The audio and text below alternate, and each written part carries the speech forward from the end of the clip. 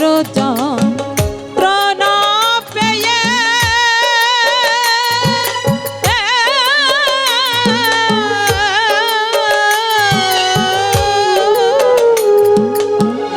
এসেছিলাম কড়াল দিয়ে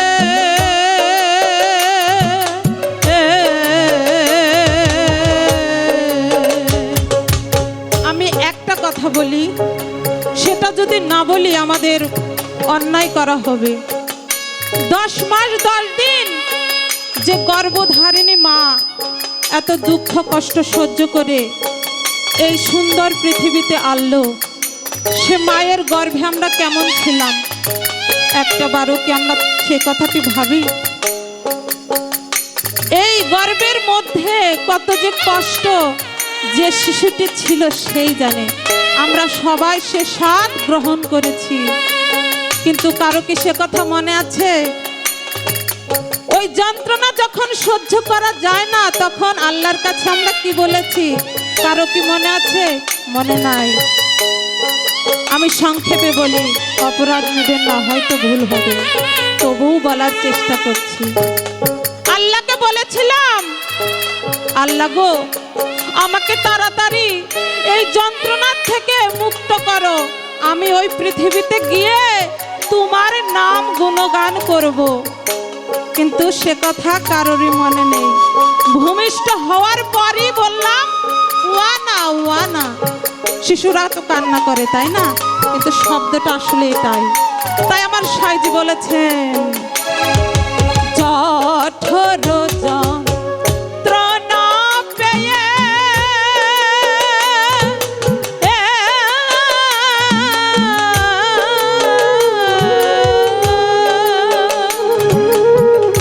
এসেছিলাম কড়াল দিয়ে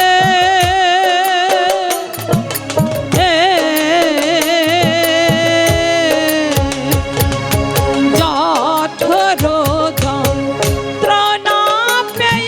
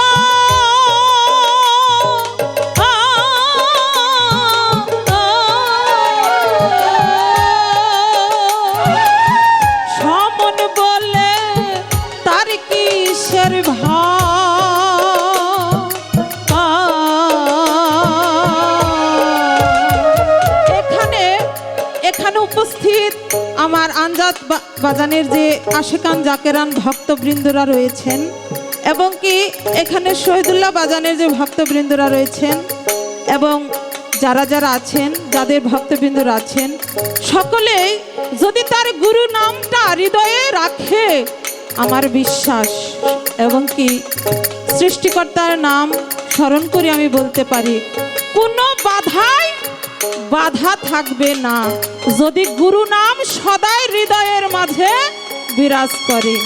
তাই আমার সাইজি বলেছেন, গুরু রূপ যার বাধা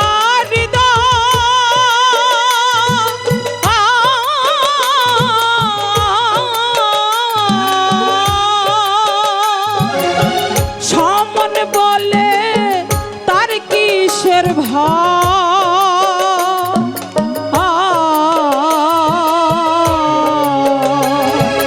গুরু রূপ যার বাধা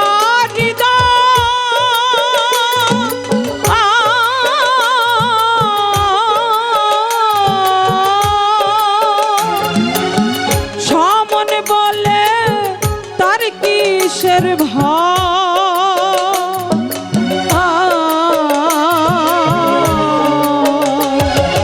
লালন বলে মন তুই আমার করিলি দোষী। ওরে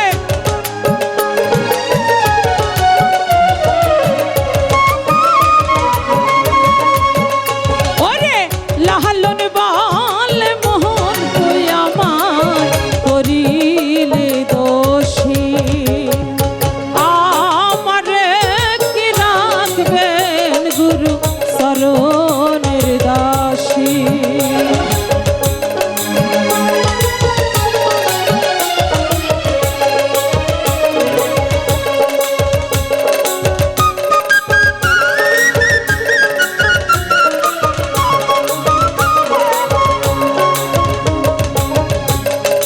তর্পণ পরিচয়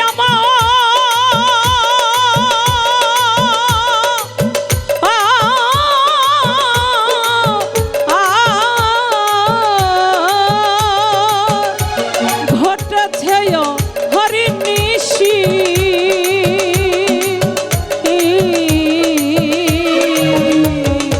আমারে কি রাখবে গুরু চরণের দাসী, আমারে কি রাখবেন গুরু চরণের দাসী, আমারে কি